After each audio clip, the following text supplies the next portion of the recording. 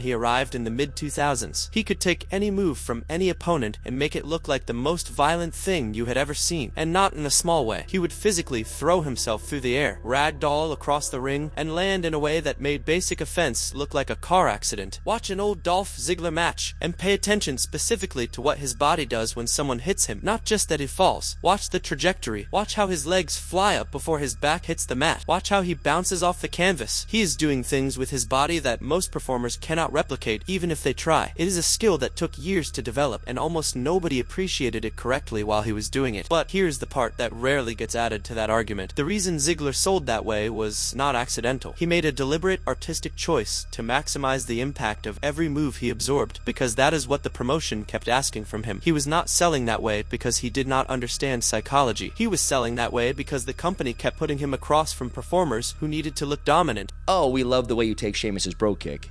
They start booking it every Monday and every Friday. Right. And then it becomes a problem for me personally.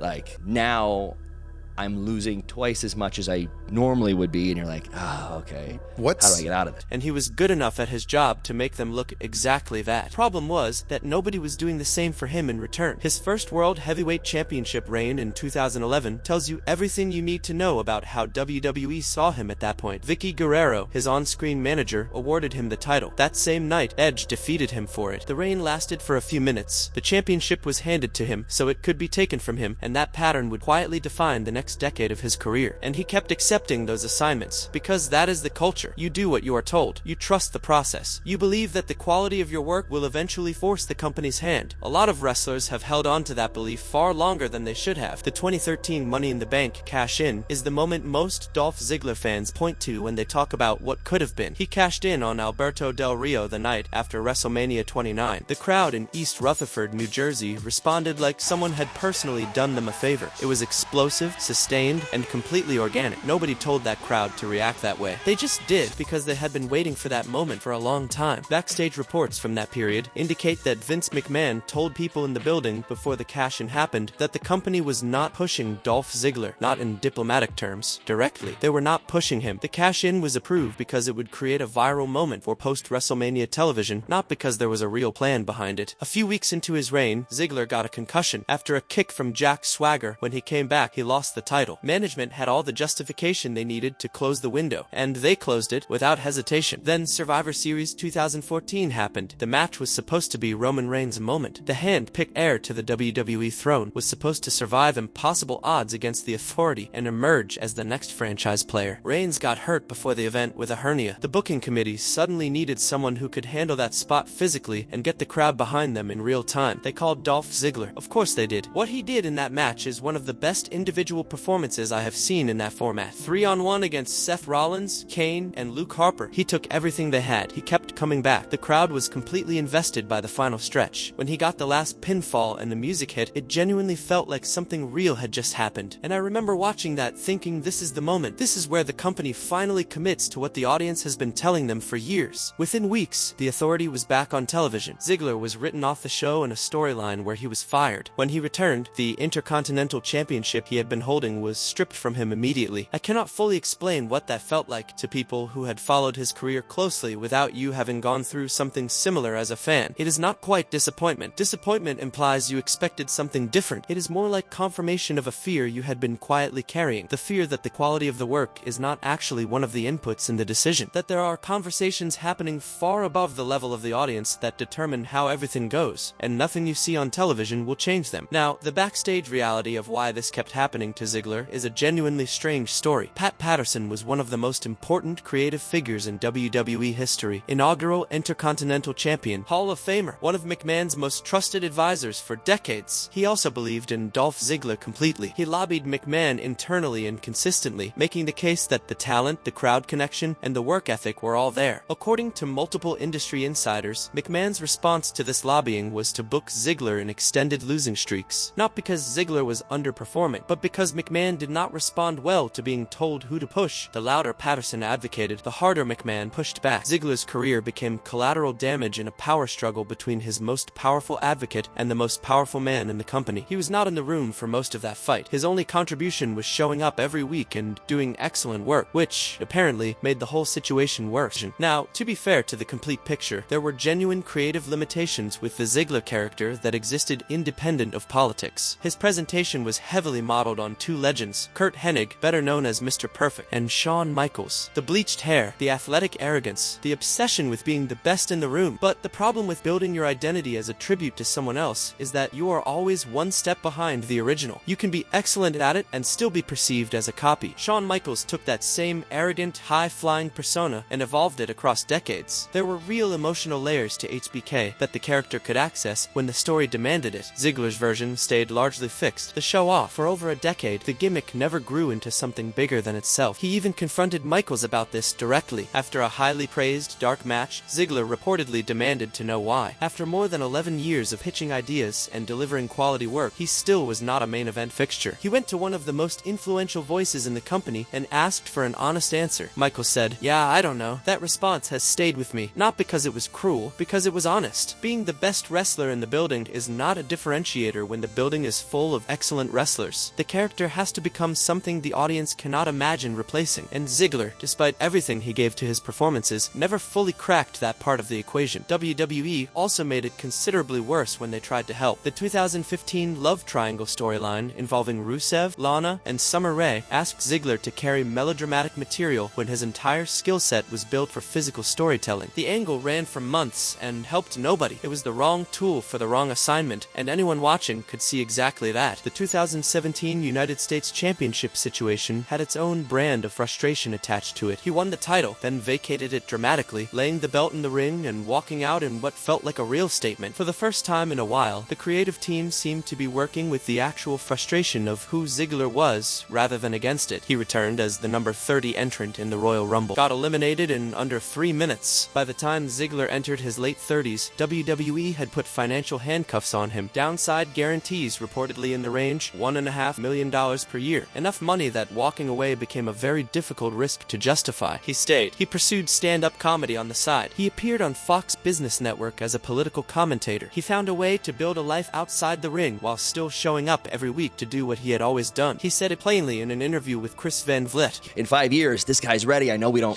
he's not our top guy, but when this guy has knee surgery, he can slide right in there, and I go, that'll be my chance, so just always be ready for that. He was fighting for a top spot every Monday while knowing he was never going to be the company's chosen guy. He was waiting for a main event star to get hurt so he could slide into that space temporarily. That sentence hit differently when I first heard it, because it was not bitter, it was just accurate. After 2 decades, he had simply cataloged his reality and decided to live inside it. In September 2023, WWE released him, and then we found out something the entire previous narrative had been quietly building toward. Nic Nemeth, working under his real name for the first time in his professional career, showed up at New Japan Pro Wrestling, Wrestle Kingdom 18 in January 2024. He went on to capture the IWGP Global Heavyweight Championship. He competed in an environment that demanded a completely different style. Harder strikes, less theatrical bumping, more sustained physical credibility, and he adapted without hesitation. At the same time, he debuted in TNA Wrestling at their Hard to Kill pay-per-view and moved immediately into the main event picture. He teamed with his brother Ryan in the tag team division and positioned himself as a credible championship threat across multiple programs at once. The full story of Dolph Ziggler is not a clean tragedy. He held multiple world championships. He participated in matches that people still reference years later. He was part of some of the loudest crowd moments of the past decade. He secured his financial future. He spent 20 years on global television in one of the most demanding industries in entertainment. But the reason the tragedy framing persists, the reason fans still feel something unresolved when they look back at that career, is because the gap between what he was allowed to be and what he clearly could have been is real, visible, and documented across 2 decades of television that anyone can go back and watch. WWE found a tool that worked perfectly for everything they needed and refused to ever let it become anything more. That is a failure of imagination from the people who are supposed to be in the business of creating stars. Nic Nemeth is still out there, still working, still finding out what he is capable of when the institution is not standing in the way. And from everything we have seen since he left, the answer is quite a bit more than we ever got to see in in WWE. If you watched this entire video, thank you, genuinely. There are a million things competing for your attention, and you chose to spend it here. That means something to me. Subscribe to Ring Collapse and leave a like. There is a lot more where this came from.